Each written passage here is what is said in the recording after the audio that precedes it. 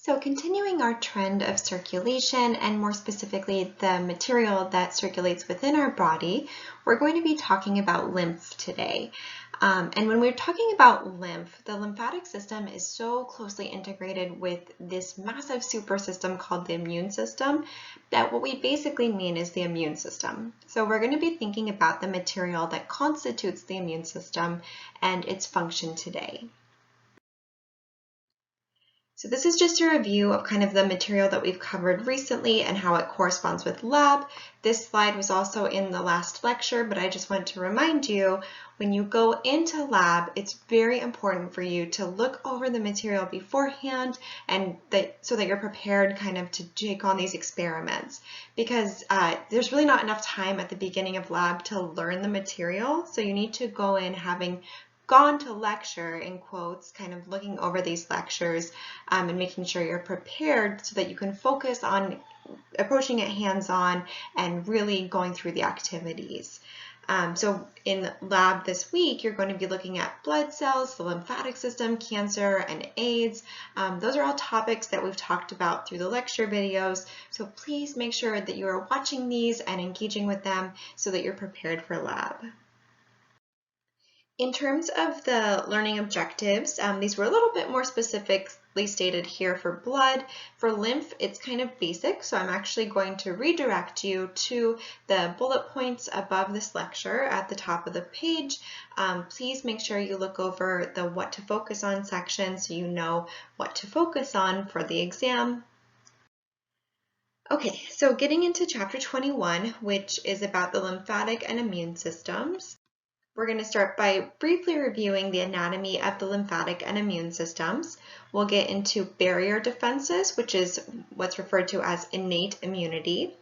I'm going to switch sections 4 and 3. So we'll start with section 4, which is about B lymphocytes and antibodies, and then talk about T lymphocytes and functional types.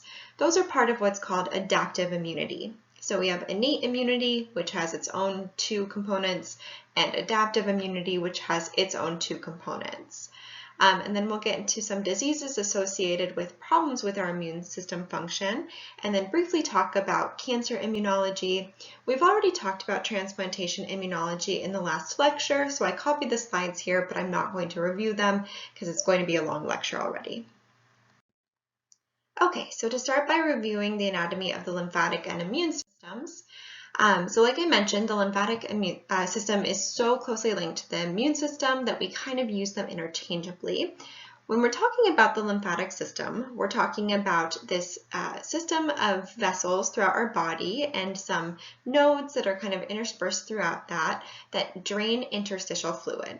So basically, a lot of the fluid in our body is inside of our cells. There's a lot of fluid inside of our bloodstream, but between our capillaries and blood vessels and our cells, we have interstitial fluid that's surrounding our cells.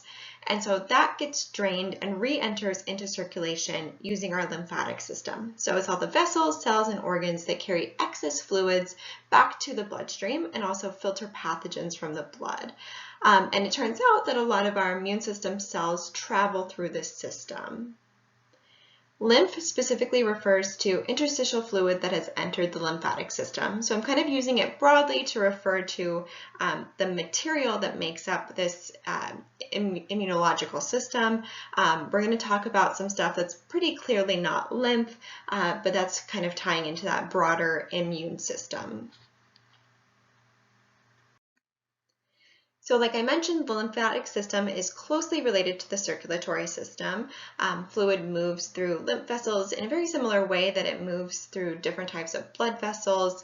There's some distinctions in the type of lymph vessels. So there's lymphatic vessels, there's trunks, and there's lymphatic capillaries. And so there's kind of structural differences involved there in terms of the flow and the exchange that takes place. So exchange happens between the lymphatic vessels, or the kind of circulation part of it, and the interstitial fluid through lymphatic capillaries, just like how exchange happens in cardiovascular capillaries. That material drains into lymphatic vessels. those converge into lymphatic trunks, and then it's able to re-enter into the circulatory system and drain back towards our heart to be pumped through it again. So when we're talking about the immune system kind of more broadly, we divide it into the innate immune system, which is what we're born with. These are very non-specific ways of keeping out pathogens. And once they enter into our body, they're still non-specific ways of mitigating their effects and kind of stopping them. Once the pathogens are more established in our body, we have the opportunity for adaptive immunity, which is that immunological memory component. And so this is this idea that stuff can get outside of our cells and into our cells, but that we'll be exposed to it and form defenses against it and remember it, so that if we're exposed to it again, we can have a more powerful response that stops us from actually experiencing symptoms of a disease. So this image kind of sums up some of those ideas about what constitutes innate immunity, some of those surface defenses versus internal defenses. We might refer to those as first and second lines of defense, so things that keep bacteria and other pathogens out, and things that deal with them in non-specific ways once they have entered into our bodies. Then there's also adaptive immunity, which is going to involve a lot of T lymphocytes, B lymphocytes, and different antigen-presenting cells, which we'll talk about in a bit. One thing to note is that there's some cells that kind of overlap in terms of their function between innate immunity and adaptive immunity.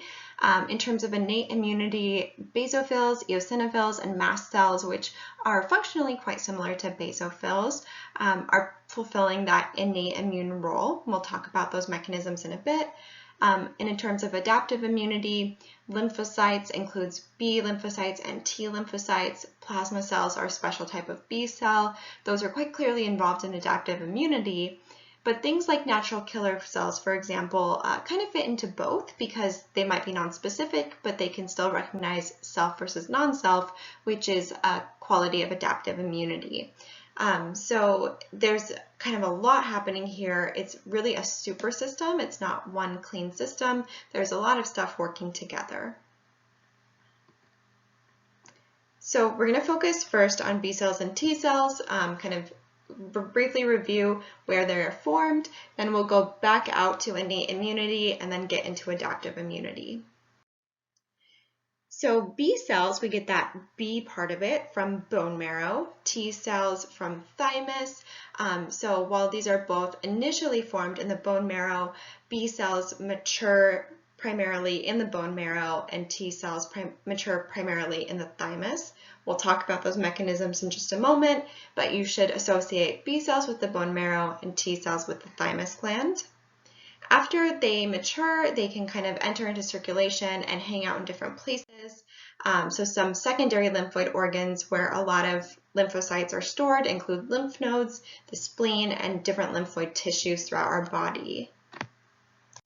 So there's different types of lymphoid tissues, including different tissue in our respiratory system and in our digestive system. That's what we refer to when we're talking about lymphoid tissues. Okay, so to focus first on innate immunity and barrier defenses, when we're thinking about those first lines of defense are things like our skin and our mucous membranes that really keep things out. So these are physical barriers that also might have high cell turnover. So for example, our epithelial cells on the surface of our skin are constantly kind of dying and sloughing off, so they're removing bacteria. Our skin is also quite salty, so there's a chemical component to that as well. It's very high salinity, so that impairs a lot of bacteria from growing on our skin. In our respiratory system, we have cilia, which form the ciliary escalator to kind of help shuttle out different pathogens and particles that might enter into our respiratory system. We have our epiglottis, which is another physical blocker. We have the flushing mechanism of different fluids in our body, in our gastrointestinal system, in our urinary tract, in our tear ducts. So we have a lot of ways that we can kind of flush out as a physical mechanism different pathogens. And we also have different enzyme components as well. So a lot of secretions in our body have a low pH, so they're more acidic than bacteria are comfortable in, and they also have lysozymes that kind of help break down foreign invaders. In addition to our own mechanisms, we have a powerful microbiome. And so this is actually kind of starting to get established before we're even born. Enteric bacteria like E. coli and Propionibacterium, which is a common skin bacterium, are present in the uterus. So as a fetus is developing, when you have a vaginal birth, lactobacillus starts to colonize the infant. And something that's kind of cool is if you have a cesarean, you can actually request a vaginal swab, and they will swab the vagina and wipe it on the infant's face to encourage that microbiome colonization.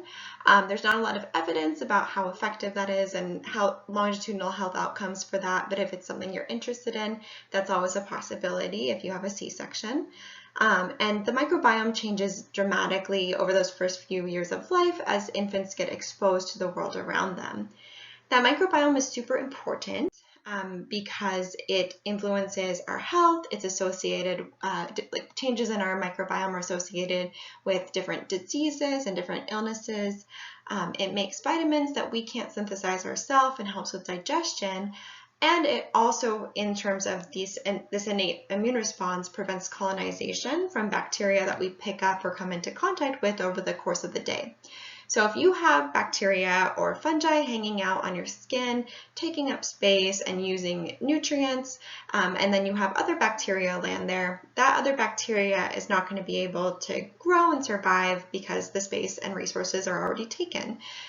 So that's really important because the stuff we might come into contact with could be pathogenic. For example, if you work in a skilled nursing facility or any clinical setting, you're probably going to come into contact with C. diff at some point. That stands for Clostridium difficile. It's a bacterium that is really common after a patient takes antibiotics. They take antibiotics, wipe out their normal gut flora, and then C. diff comes in, makes itself cozy, and causes some really severe and dangerous diarrheal symptoms. So that's an example of how if our microbiome is impaired, it can lead to pretty serious disease. So it's also an important part of our innate immune response. So once a pathogen goes through those barrier methods and those first lines of defense, we have some second lines of defense within our body that are able to non-specifically deal with the pathogen threat. So I'm going to talk about a couple different signaling molecules that are involved in this process. Then we'll work our way through phagocytosis, fever, inflammation, early induced proteins, and the complement system. So chemokines, we've kind of already been introduced to in a sense because these are chemical signals that are able to attract cells across long distances. So when we think about chemicals attracting cells, that process is chemotaxis, and we talked about that when we saw white blood cells emigrating towards sites of injury. So remember, this emigration is also called diapedesis. It's an important function of white blood cells.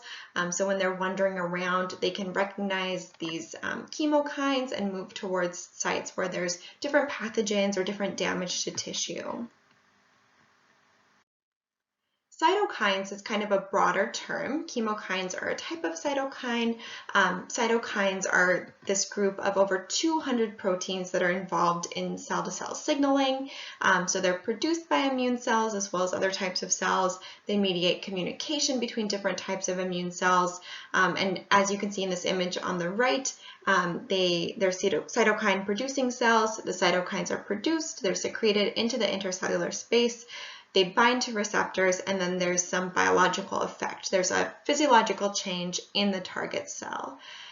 So cytokines can be very important, but they have to be carefully regulated, and if they get out of control in a positive feedback loop, you have what's called a cytokine storm.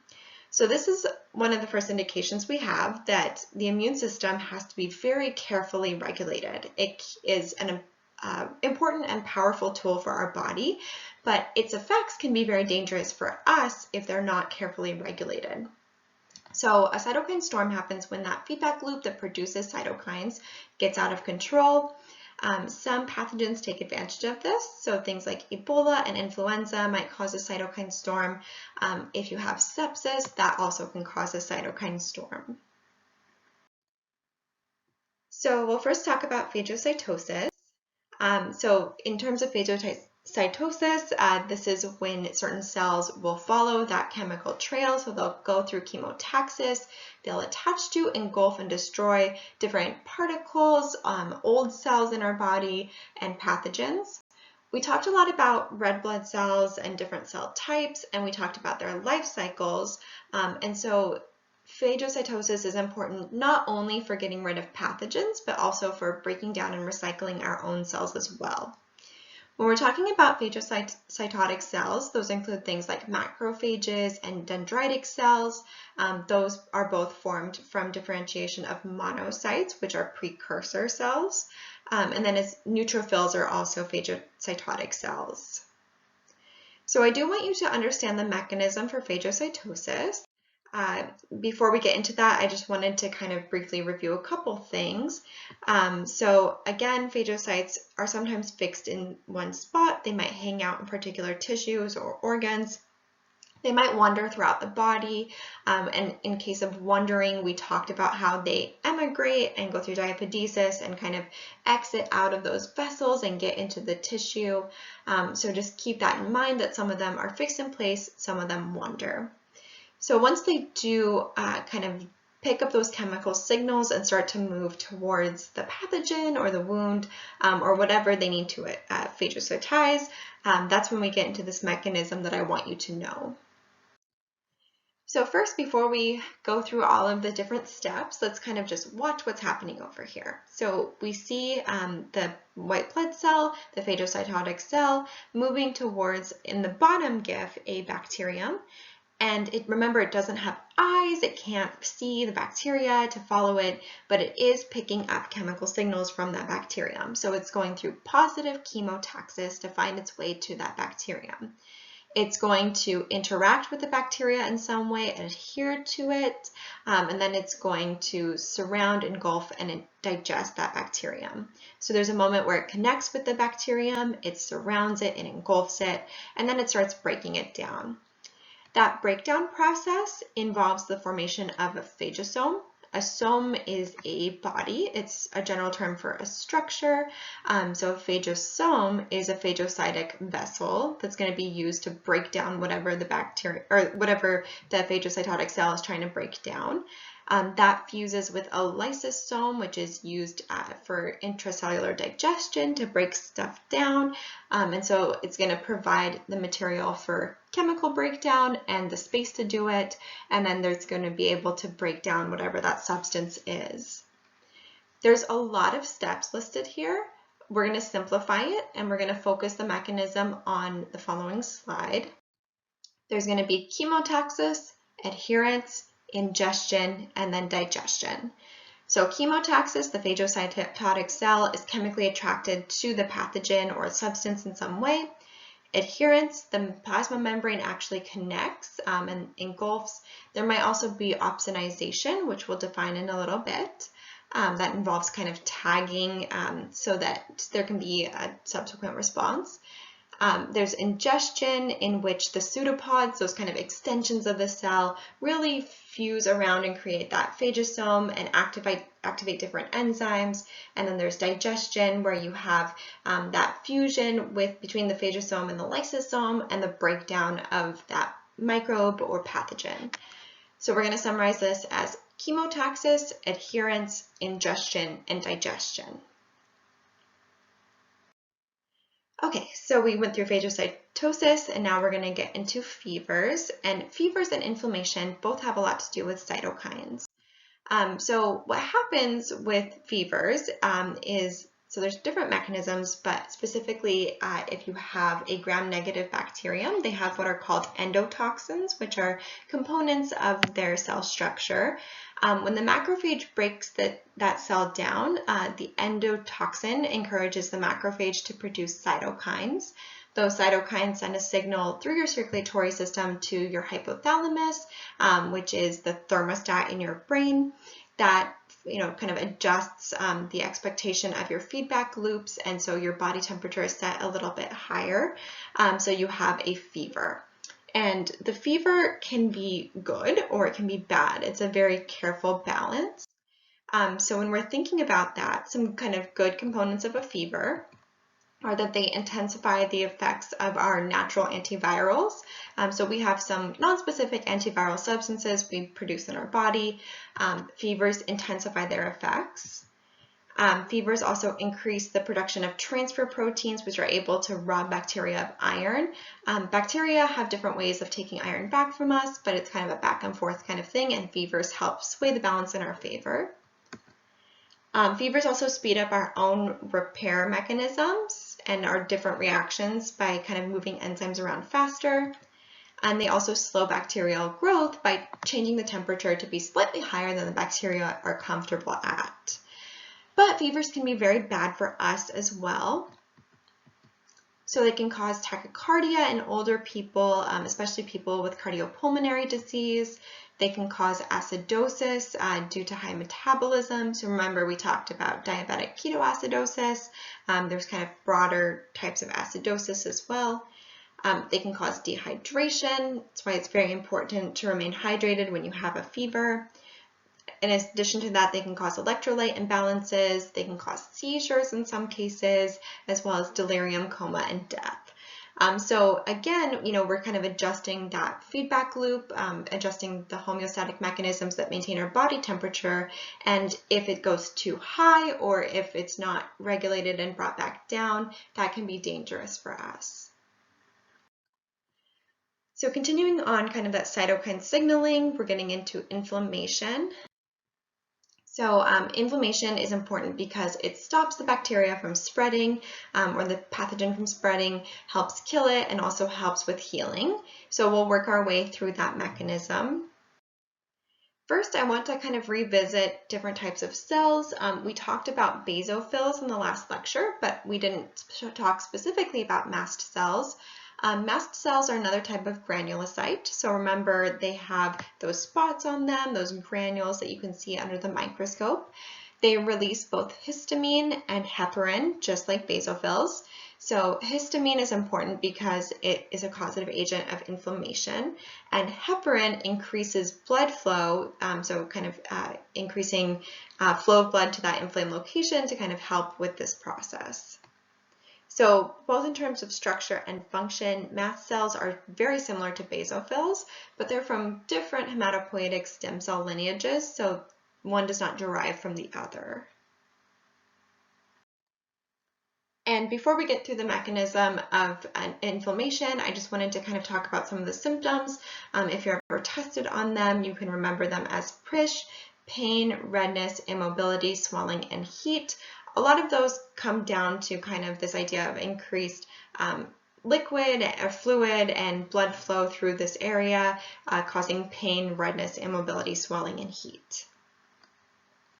Okay, so when you have inflammation, you start with vasodilation. So you have these chemical signaling molecules that are causing increased blood flow. The blood vessels increase in diameter. You have vasodilation, increased permeability and leakiness of those blood vessels due to things like histamines, kinins, cytokines, and prostaglandins, those chemical signaling molecules that are sent out when you have tissue damage as well as pathogens. So then that attracts different phagocytes to come and stick to the endothelium, so that's called margination. Remember, we talked about emigration and diapedesis, so they're migrating to that damaged area and then destroying, invading microbes. And so in doing that, in destroying the pathogens as well as the damaged tissue, that is what creates pus. And then finally, inflammation also helps with tissue repair. Remember that it encourages increased blood flow. And so tissue repair continues until all of that damaged tissue and all those pathogens are removed. And the rate varies depending on the type of tissue. Okay, so then to go over the early induced proteins and the complement system.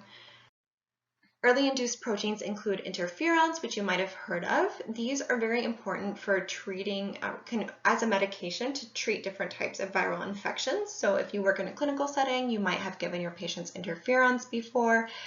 These are actually a type of cytokines, and when a cell is infected by a virus, it releases interferons. And so those go to the cells around them and send different signals. If there's immune cells nearby, it activates them. If there's kind of non-immune cells nearby, it tells them, hey, there's a viral infection. Start, preparing for this. So start producing stuff that, like general antiviral proteins. Also stop producing your RNA and protein synthesis. Kind of chill out so that the virus can't hijack you and make copies of itself. And if a cell is already infected, those interferons encourage it to go through apoptosis, which is programmed cell death. So this is really important and part of how our cells fight viruses kind of non-specifically, but these molecules are pretty unstable. They can be very dangerous if too many cells are infected and now you're suddenly going through apoptosis in a lot of your cells. That would be very dangerous. So once an infection is already progressed, then you can't really use interferons.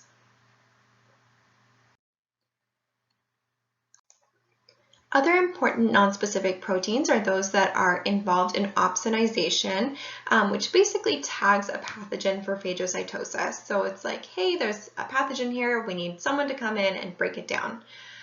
So that might be an antibody, which we'll talk about in a bit, or it can be a different antimicrobial protein, including mannose binding protein or C-reactive protein, which is also called CRP. CRP is very important because it's associated with inflammation, so it's an important, measurable, quantifiable inflammation marker that you can take and record in a clinical setting. So you might have to take a CRP measurement at some point. It's also predictive of heart disease in the future, so you can kind of extrapolate how likely a patient is to suffer from heart disease based on their CRP levels.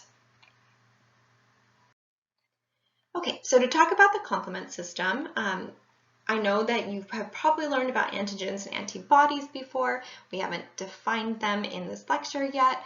So remember, antigens are structures on the surface of often pathogens. They bind to antibodies that our body produces, and that causes some cell effect.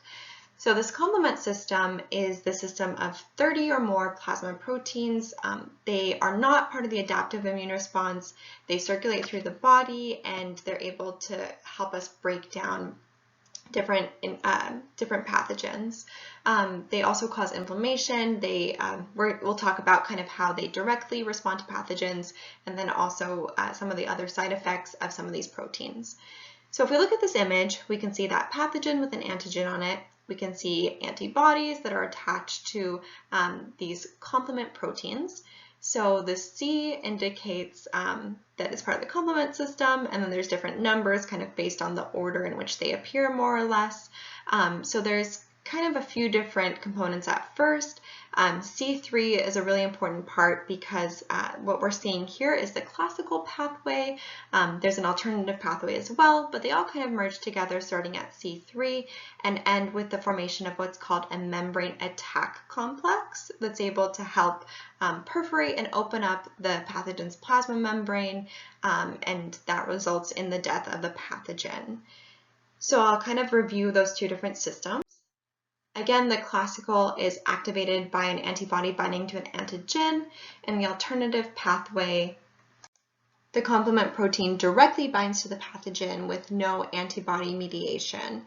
But both of them ultimately include a chemical cascade. C3 ends up splitting and continuing the cascade, and those different proteins come together to form that membrane attack complex.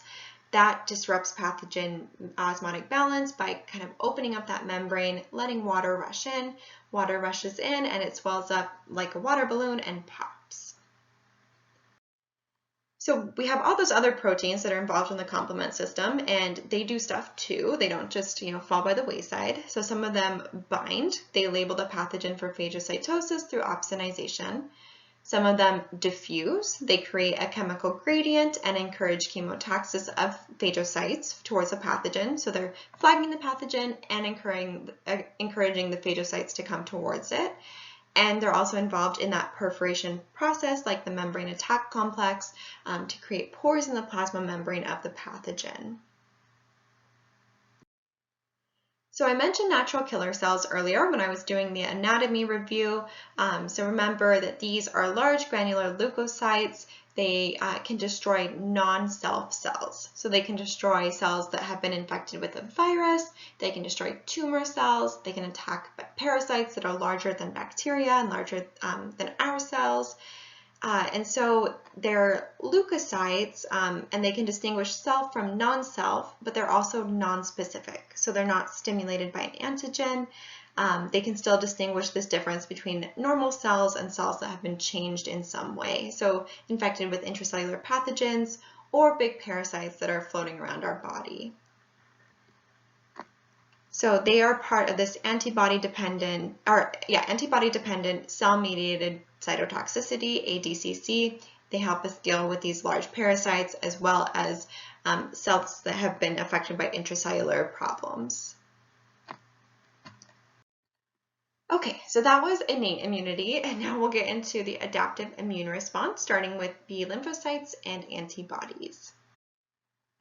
So I showed you this image in the last lecture. Remember that lymphocytes constitute 20 to 30% of white blood cells and include B cells, T cells, and natural killer cells. For adaptive immunity, we're going to focus on B cells and then T cells. So adaptive immunity really comes down to this memory component and also self versus non-self recognition.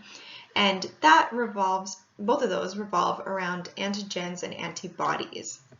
So we've talked about these throughout this lecture, but just to remind you, antigens are antibody generators. So there's some structure, maybe a large protein or sugar found on a pathogen or different locations that might follow different patterns, but basically when our body gets exposed to them, it goes through a series of steps and it generates antibodies.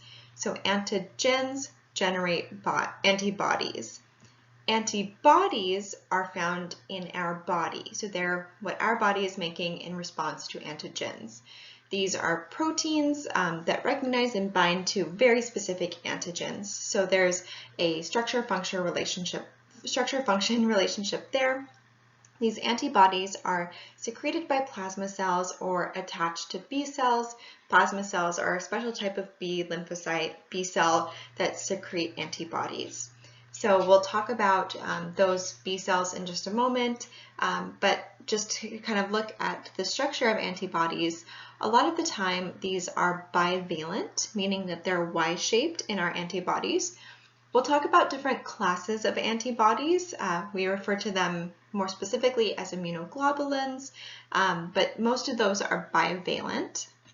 And in general, again, these antigen-antibody relationships are very important for recognizing our own cells and recognizing different foreign invaders, so different non-self components. If our bodies don't do a good job of recognizing non-self, or if they think our own cells are non-self, that can lead to some pretty serious consequences that we'll talk about in a couple of sections. So antigens are kind of bigger structures, but they really come down to a few different regions. And these smaller regions are called antigen determinants. So that's where the receptors on lymphocytes actually bind. So the receptors on T cells or on B cells actually bind to those antigen determinants. And so for a protein, it might be as small as 7 or fewer amino acid residues. For a carbohydrate, it's 1 or 2 smaller sugar moieties within that bigger structure. So it's just a small piece of the actual antigen that the receptor is binding to. So when When antigens are presented to specific types of cells that we'll talk about, they are first cleaved apart and broken into smaller pieces, through a process called antigen processing. So remember, the really important parts of those antigens are small pieces, so it's okay to kind of break them up. It won't affect that structure-function relationship, as long as the antigen determinants are in place. Okay, so I mentioned that there's a few different types of antibodies, and remember that we refer to antibodies as immunoglobulins. When we talk about that, globulins are a broader class of blood plasma proteins. Immunoglobulins are specifically blood plasma proteins that are involved in the immune system as antibodies. So there's 5 different classes, and in total there's 1 × 10⁻15 antibodies, individual antibodies minimum in your body. So within your whole self there's tons and tons of antibodies, but the different antibody classes have different functional roles. So I'll kind of summarize them on the next slide. They are IgM, IgG, IgA, IgE, and IgD. So IgM is that first one, and it's actually shaped as a pentamer. So there's 5 smaller antibodies kind of making up that, or bivalent antibodies making up that bigger immunoglobulin. It's really important for the primary adaptive immunity response, and we'll get back to that in just a moment. Basically though, you get exposed to something, your body mounts an immune response against it, and then the next time you get exposed to it, you mount a stronger and faster immune response. The primary response is just getting exposed to the pathogen, the antigen, the first time. So IgM is very important for that primary part of the adaptive immune response, and it also activates the complement system, which we already talked about. IgG is highly prevalent. It's your main blood antibody, and it's really important for the secondary response. IgA is very commonly found in mucous membranes and also body secretions. So it's secreted into mucus, tears, saliva, breast milk, a special type of breast milk called colostrum, which is found early on, immediately after birth. And then IgE is important for allergies and anaphylaxis. There's one more immunoglobulin class, IgD, which we find on B cells. So it's attached to memory B cells as a receptor, but we don't really know the functional role of it yet. And when we have our secondary immune response, cells can alternate between producing IgM, IgA, and IgE, and that's called class switching. Another important thing to consider is this idea of neutralization. It's not just a one-to-one relationship of like the antibody binding to a certain antigen, like a single antigen on the pathogen. This is when the whole pathogen is physically coated with IgA or IgM antibodies. That prevents it from interacting with the host cell and eventually getting endocytosed and infecting the host cell. So this happens in blood and lymph and other body fluids and secretions, and it's really important for vaccination. So I mentioned that within adaptive immunity, there's a primary and secondary response. That's what's being shown here. So we can see those IgM and IgG levels fluctuating. Remember, IgM is that first antibody that's, or immunoglobulin class that's involved in that primary response. So you get exposed to an antigen. After about 7 to 10 days, your levels of IgM peak, and so you have this primary response where your body is becoming familiar with that antigen and mounting a response against it. After about 2 weeks, IgG levels peak and then it drops off. So then once you get exposed to the antigen again in the future, you can have a much quicker reaction with both of those peaking in less than a week at much stronger levels. So you can actually quantify the amount of antibodies in your blood serum. That's done using an antibody titer. So you can kind of determine whether you have immunity towards something or whether you're having an immune reaction towards something. That memory response is what we call anamnestic. So amnesia is forgetting. and amnesia is not forgetting. So you have a memory response that's rapid and intense response that's more rapid and more intense than the primary response. So we're going to see that memory cells kind of can stick around for much longer than other types of white blood cells. So they're kind of just hanging out, and when they get exposed to that antigen, then that's when they start this process of reproduction and proliferation. They're not actively reproducing most of the time. So there's different types of adaptive immunity, and I want you to be familiar with this chart. So for example, if I give you an example of one of those situations at the bottom of the chart, you should be able to identify it as natural versus artificial and active versus passive. So natural acquisition is done through typical biological means, either within our body or from parent to offspring. Artificial means are done through a clinical or lab setting. So it's done using some intervention through biotechnological means. Active means that when a person is exposed to the antigen, there's an immune system response that produces antibodies. Passive means that the antibodies are transferred directly from person to person. So the person getting the immunity doesn't produce their own antibodies, they're getting passively transferred.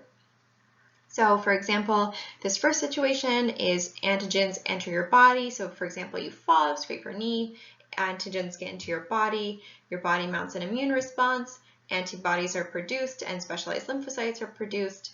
That is naturally acquired active immunity. For naturally acquired passive immunity, this is where the antibodies are produced in a natural way. So for example, an individual goes through active immunity, but then they are either growing a fetus inside of them, or they are breastfeeding and passing antibodies via placenta or directly to an infant. So the infant or the fetus is getting naturally acquired passive immunity. They are receiving the benefit of those antibodies without mounting an immune response themselves. For artificially acquired active, that's something like a vaccine. So you get exposed to the antigen, your body mounts an immune response, but this time it's without the risk of getting sick. So you produce antibodies, you produce specialized lymphocytes, but you're not actually getting ill. You're just kind of having this artificially acquired active immunity. For artificially acquired passive immunity, that's when antibodies have been developed, maybe donated from someone, or kind of prepared in a lab, and so they are in immune serum, and they're introduced directly into the patient through injection. So again, the patient is directly passively getting those antibodies without any immune response. It's artificially acquired passive immunity. So when we're thinking about adaptive immunity, that's a dual system. There's what we call humoral immunity, which really heavily involves B lymphocytes, and there's also cellular immunity, which heavily involves T cells. So B cells are really responsible for hanging on to antibodies and secreting them. So when we have pathogens that are into our body and we need to mount an immune response against them, but they are still kind of in fluids, so in the humors that are floating around our body, that's what we call humoral immunity. And T cells are important for regulating this process, so keep that in mind as well. Cellular immunity is cell-mediated immunity, so it's when T cells respond to presented antigens and they destroy target cells. So that's when you get a virus or an intracellular pathogen or a cancer or something like that that's already inside of your cells, or they might trigger responses with cytokines. And remember, B cells mature in the bone marrow, T cells, it says produced here, but really they mature in the thymus. So they come into fruition in the thymus. Again, B cells mature in the bone marrow. I just wanted to kind of walk you through that process. The top left graphic is showing you a picture of bone marrow. The bottom right graphic is showing you the process of clonal deletion. So we have a hematopoietic stem cell in the red bone marrow. We have B cells being produced, and those have receptors on them. So those get exposed to different cells within our body that have autoantigens, and that's another way of saying self-antigen. That's a way that the cell is saying like, hey, it's me, I'm part of your own body system.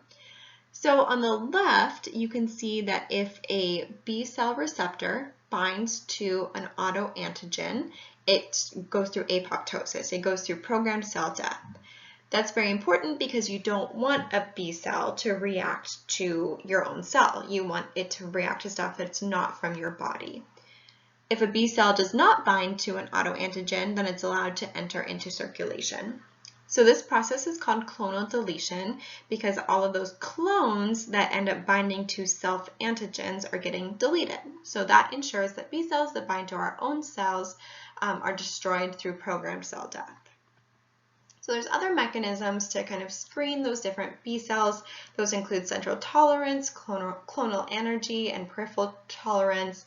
Clonal deletion is one that you for sure need to know about. So ultimately, this ensures that only B cells that specifically target foreign invaders can enter circulation, not B cells that happen to target our own cells. So once we have that mature B cell, it's called a naive B cell because it still hasn't really done its job yet. So it has receptors attached to it, but it's activated when it's exposed to an antigen. So there's two different pathways at that point. Either they can become memory B cells and kind of stick around and have those receptors, or they can secrete more antibodies and become plasma cells. So at that point, they're going to lose their antibodies and they're going to allow those to enter into circulation.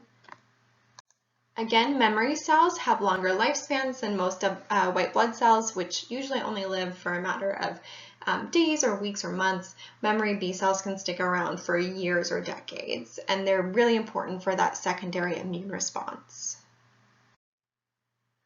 So here we have kind of what's happening during that secondary immune response. So when you get exposed to that antigen, the B cells that have that antibody for that antigen are selected for.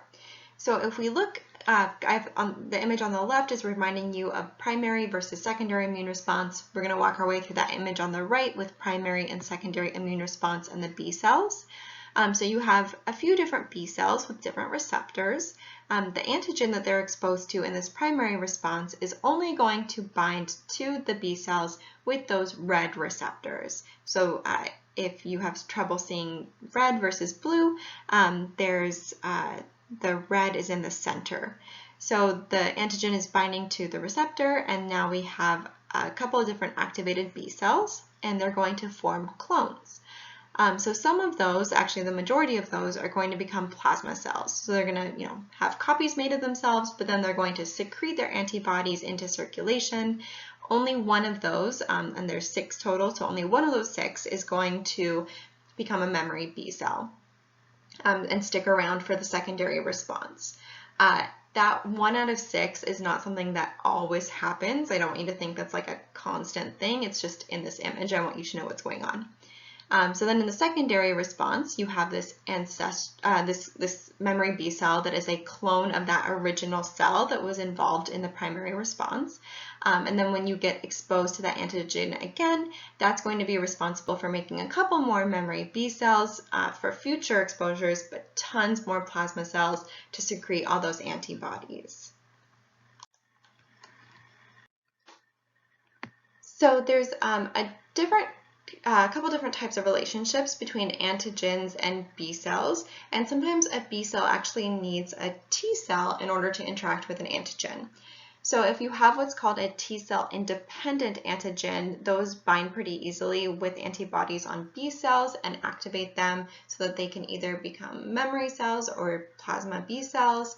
If you have a T cell dependent antigen, which is what's pictured below, the B cell needs a couple different signals. It needs the antigen, but it also needs a cytokine from a helper T cell in order to activate it. So again, even though I kind of showed B cells as being involved with humoral immunity and T cells being involved with cellular immunity, T cells are involved in a lot of different processes, and there's many different types of T cells, which we'll talk about in the next section. So in terms of T lymphocytes and their different functional types, again, you already saw this slide, so we're focusing on T cells. So T cells or T lymphocytes are able to recognize antigens using receptors that they have. Those receptors have a variable region that extends out and a constant region that is closer to the cell. And that variable region, it means that they're able to bind to a lot of different types of antigens. So there's a diversity of amino acid sequence there, and they're able to bind to different antigens. So T cells have different receptors on them called CD4 and CD8. We'll talk about how those receptors end up on those T cells momentarily, but when they kind of interact with antigens, they're interacting with fragments of antigens that are produced through antigen processing and then connecting with what's called major histocompatibility complex. So there's MHC class 1 and MHC class 2. Those connect with antigens and then get presented to T cells that have those different receptors on them. We'll talk about that mechanism.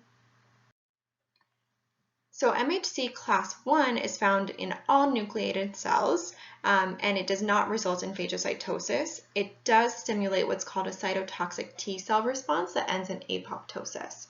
So it doesn't end in phagocytosis, it does end in apoptosis. MHC class 2 is a structure that's found in macrophages, dendritic cells, and B cells. So that does result in phagocytosis. It brings antigens to the lymph node and it stimulates antibody secretion by plasma cells. So MHC class 1 results in apoptosis, not phagocytosis. MHC class 2 does result in phagocytosis, among other things. So I mentioned those CD4 and CD8 receptors. Just like with B cells, T cells have a screening process to make sure that they're not reacting to our own cells. And this process is called thymic selection or T cell tolerance.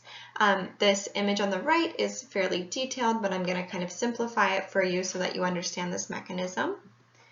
So in this top part of positive selection, there you have this kind of baby T cell, this thymocyte, and it's going to get exposed both to the CD4 and CD8 receptors, and it's going to connect with both of them.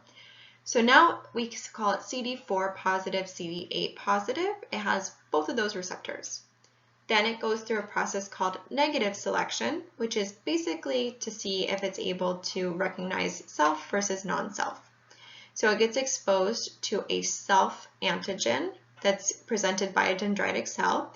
So this dendritic cell, it's a thing that looks kind of octopusy. It's kind of, it's bringing that self antigen over. And so it's going to expose the immature T cell that has both the CD4 and CD8 receptor to that self antigen. If neither of them bind, then it's good to go. If either of them bind to that self antigen, then that's bad because it's flagging our own cells and should not be interacting with our own cells. So neither the CD4 nor CD8 receptors should bind to the self antigens. If they did, that meant that the cell will attack body cells. So not binding means that the cell will not attack our own body cells. So then it goes through one more screening process, and you have the cell signaling pathway. Ultimately, the T cell ends up with either CD4 or CD8. If it has CD4, then it's binding to MHC class 2. If it has CD8, it's binding to MHC class 1. And those T cells that have the CD4 receptor are actually the target of HIV. So there's both effector and memory T cells, just like how there's plasma and memory B cells. And there's similar response patterns with T cells as there are with B cells in those primary and secondary responses, as well as clonal selection. There's a few other types of T cells. So there's helper T cells, which are important for secreting cytokines. They're aiding in immune responses. So here we have those CD4 helper T cells. In the center, we have cytotoxic T cells, which kill target cells by inducing apoptosis. I'll talk about that mechanism on the next slide. And there's also T regulatory cells that suppress other T cell immune responses. That's important, again, for kind of controlling the immune system and preventing autoimmune diseases. So with those cytotoxic T cells, what they do is they're able to target non-self cells. They release a substance, a protein called perforin, which is a pore-forming protein. So they're going to perforate the cell. They're able to introduce enzymes, and those are going to go into the cell and encourage apoptosis. So in doing this, they're able to cause programmed cell death on the infected cell. If you think about cytotoxic, that means toxic or dangerous to a cell. So these cytotoxic T lymphocytes are able to damage and kill other cells. Okay, so to briefly go over different diseases associated with depressed or overactive immunity, the first thing we're going to talk about is immunodeficiency. So that's a depressed immune system. This might be caused by a gene mutation or an infection. An example of an immunodeficiency caused by a gene mutation is severe combined immunodeficiency disease, or SCID. The picture on the right is a boy who had SCID before there were pretty available treatments for it. Nowadays, it's treated with bone marrow transplants or with gene therapy. This boy didn't have access to a bone marrow transplant, and when you have this disease, you have problems with both your B and T lymphocytes, and so you usually die from an opportunistic infection because you're not able to deal with infections, and so you have something coming in and killing you that normally wouldn't kill you. And so this boy was raised basically in a bubble. He had a suit that he wore when he kind of walked around, and he was not allowed to interact with the outside world. And he actually ended up getting a bone marrow transplant from his sister, who had a dormant Epstein-Barr infection that wasn't caught during screening, and so he actually died at the age of 12 from that. But now it's fairly routine to treat with bone marrow transplants and gene therapy.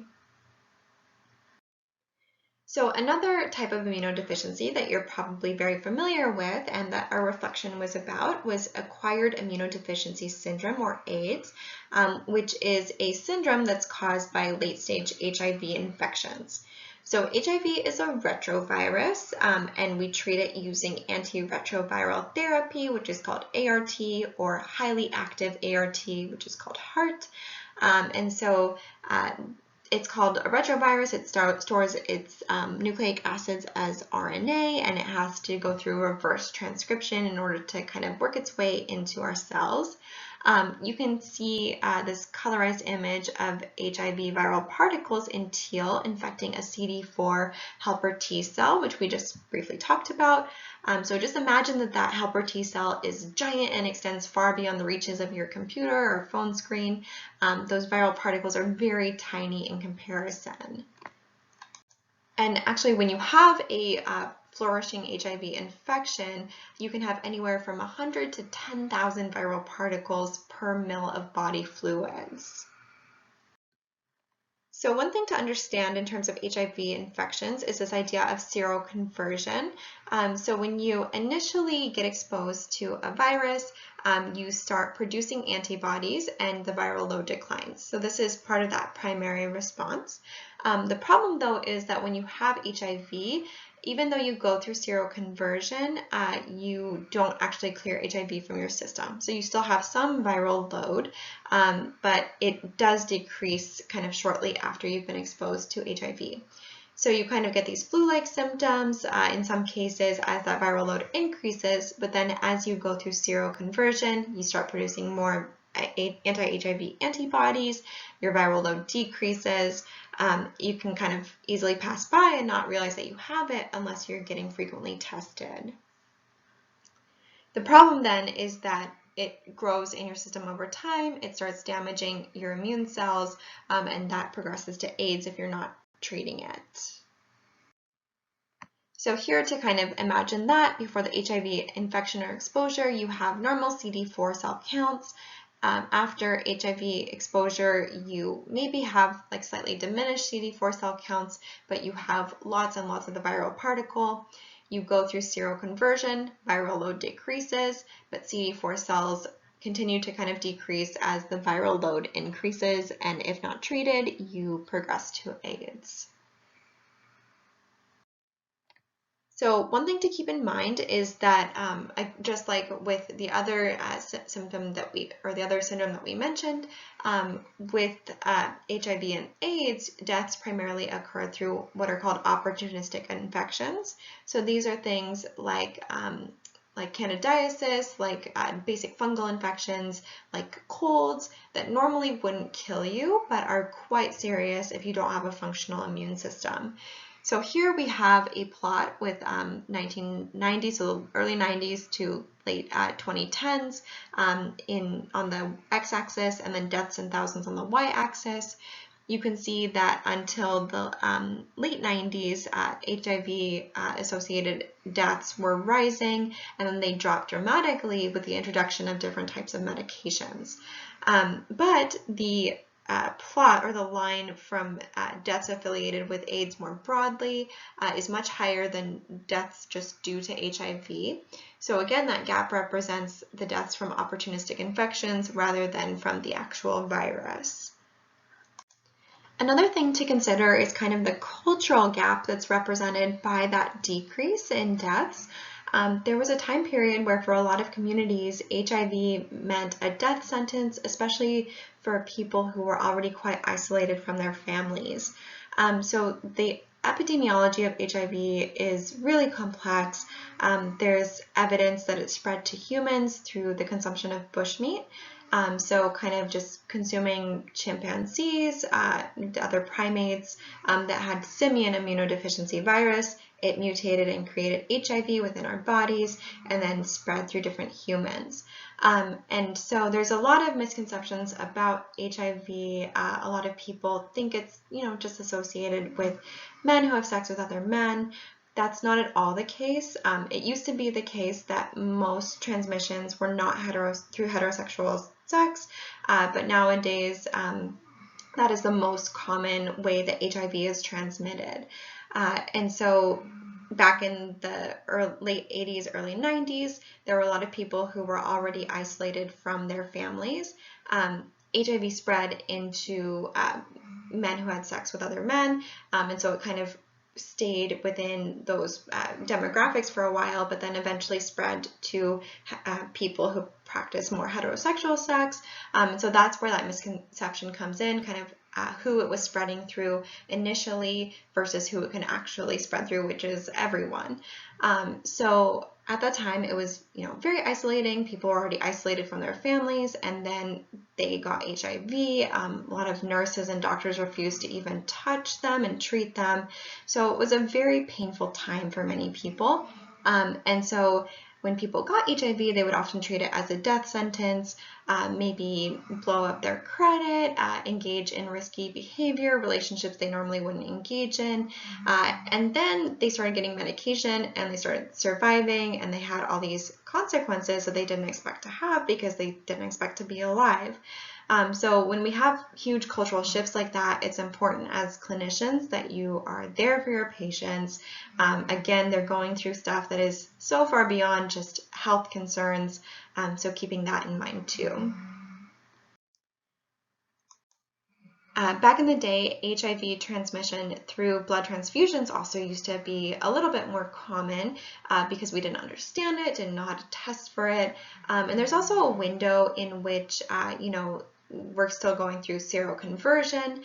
And so if you're just testing antibodies, you have to wait for that seroconversion to actually occur. And if you're on PrEP, so pre-exposure prophylaxis, seroconversion doesn't always occur. So it's hard to detect HIV through antibodies, can't really be detected until after 90 days after exposure. So now we have better antigen detection systems where we detect P24, which is the part of the HIV capsid, so that protein coat around the nucleic acids, and that can be detected as soon as 2 weeks after exposure. Okay, so that's a lot of HIV information, but you're doing a case study in lab, so I wanted to make sure you're prepared. There's also hypersensitives, so overreactions to antigens. We talked about immunodeficiencies. These are hypersensitivities, so too much of a reaction. There's 4 different types. Type 1 involves allergies and anaphylaxis. That's associated with immunoglobulin E. When we talk about allergens, those are specifically antigens that induce an allergic reaction. And an anaphylaxis is a very serious allergic response. Also, my dog is snoring and she was barking because she wasn't in the room with me. So I'm really sorry if you can hear her snoring right now. She's just a toddler and she needs a lot of help. Okay, and then type 2 hypersensitivities are cytotoxic. In response, they are IgG mediated and that causes lysis of cells. Type 3 hypersensitivities happen when you have soluble antigens accumulating in the blood. Agglutination is the kind of combining of antibodies and antigens and forming a kind of sticky substance. That's important for microbiology testing procedures. And so then you have this agglutinated complex that's precipitating out of solution, getting stuck in your joints and causing a lot of serious problems. And there's also type 4 hypersensitivity, which is cell-mediated. This is what we see when we have a TB test and you're testing for previous exposure to tuberculin. This chart has a lot more information about different types of hypersensitivities, just in case you're curious. So there's also different autoimmune or self-responses, so autoimmune responses. So those are responses in reaction to self-antigens, and we're not really sure why this happens. So things like rheumatoid arthritis or lupus, they're very serious. There might be different environmental triggers. It might be a cross-reaction between pathogen antigens and self-antigens. Hygiene hypothesis is this idea that we don't get enough exposure to antigens and to immune reactions early on in our life, and so then we have autoimmune conditions later on. There's some evidence of genetic factors involved, but in general there's over 80 different autoimmune diseases, including type 1 diabetes. Okay, so then I'm just going to briefly go over cancer immunology. I'm not going to review the transplantation immunology because it's already a long lecture and the slides are there.